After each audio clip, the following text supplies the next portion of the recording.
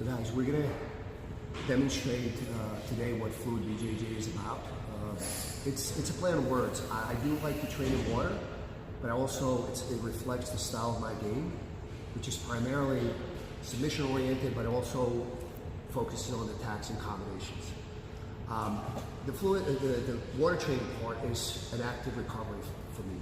What I do is I train very specific drills, whatever I'm working on at this point in time. You can train anything. We're going to go over very simple knee cut pass to Kimura, and then we're going to go over the techniques that we showed on the mats before, which is a counter to our opponent's counter to our Unikitami. So before you start doing this, you can just go to any pool. One of the important things is you can't just breathe in, because what happens, the buoyancy just kind of makes you float on top of the water. So you have to breathe out. So once you breathe out, it engages, you still get the benefits of the buoyancy of the water, which likes to lower your lower joints and lower back. You also get the resistance, which makes you very fast. But you engage gravity to some extent so you can mimic specific movements or specific sequences in the water. And the resistance of the water makes you very fast, but also the fact that you're doing solo drills makes you focus on your own movement as opposed to anybody else's movement, as opposed to your opponent's movement. And once you start playing with this, you will actually realize if you do make a mistake underwater, how your opponent will react and how you adjust your movement. So it does help your muscle memory, and it's a very great tool for active recovery training, all right? I'm actually gonna move at a slower pace because than I normally would do water drilling at. And the reason is because when I do it really fast, it generates a lot of bubbles and a lot of sort of eddies and so forth, so you really can't see what I'm doing. I want you to see the specific movements I'm doing underwater. So I'm gonna start out with a very simple knee cut pass to Kimura.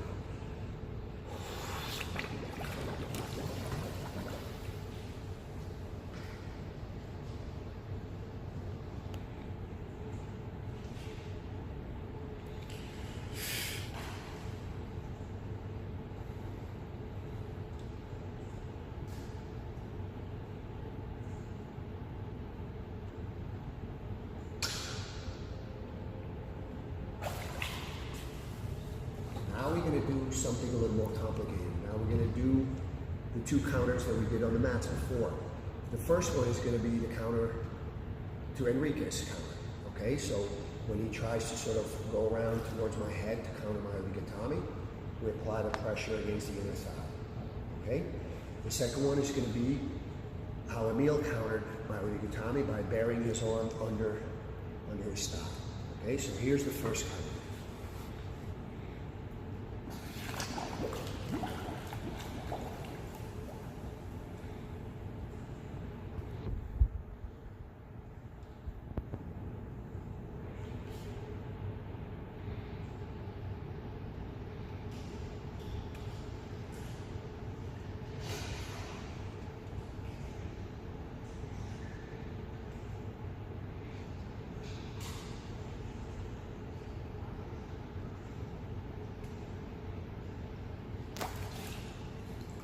As you can notice, I added sort of the under armpit grip, which I like to use a lot. Now we're going to go counter to Emil's counter.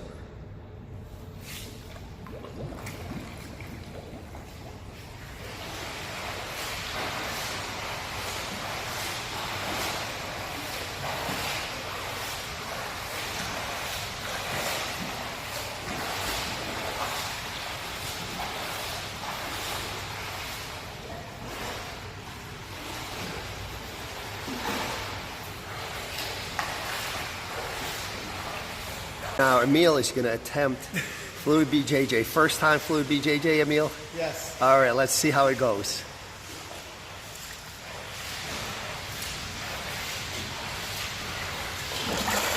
You didn't breathe out. So breathe out all the way and then continue to breathe out.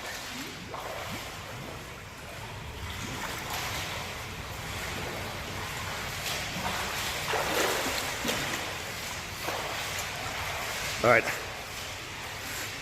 was a bit better, I think. Not bad.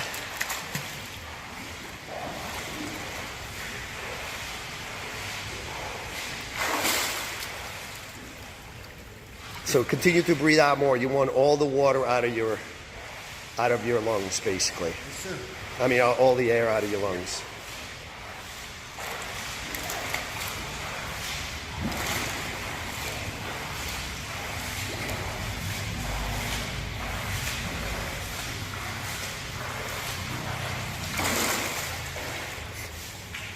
Don't forget to sit out on the Kimura. I think my camera skills are about as good as your water training skills at this point. We'll see. All right, let's try. Let's try it again.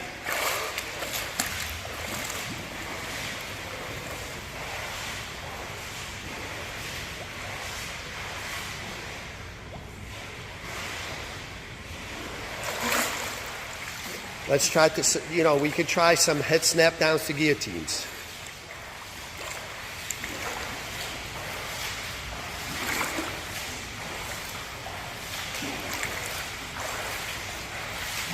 Try it again.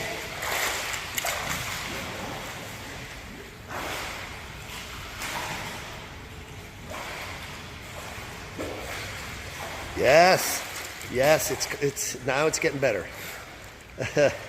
I can see it now. Trying to conceptualize it. Yeah, it takes about 20 minutes to kind of get the hang of it. I've taught it at Gracie Camp many a time, and it literally takes people about 20 minutes. Once you spend about 20 minutes playing with it, it starts to make sense.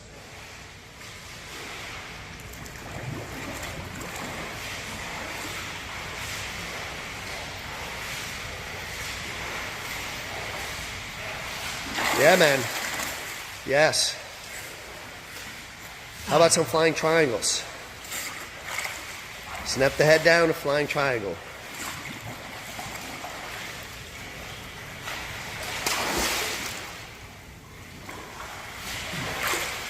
Too much splash?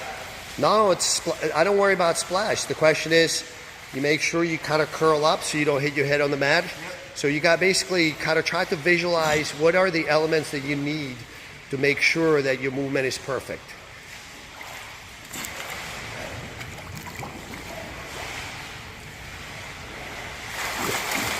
Yes.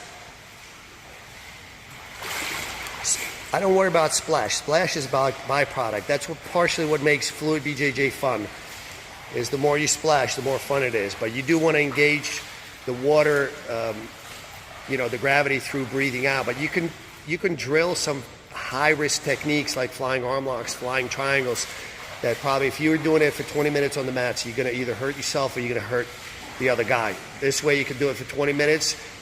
Your game will get better for it, and you will not hurt anybody unless you smack your head on the bottom of the pool or the side.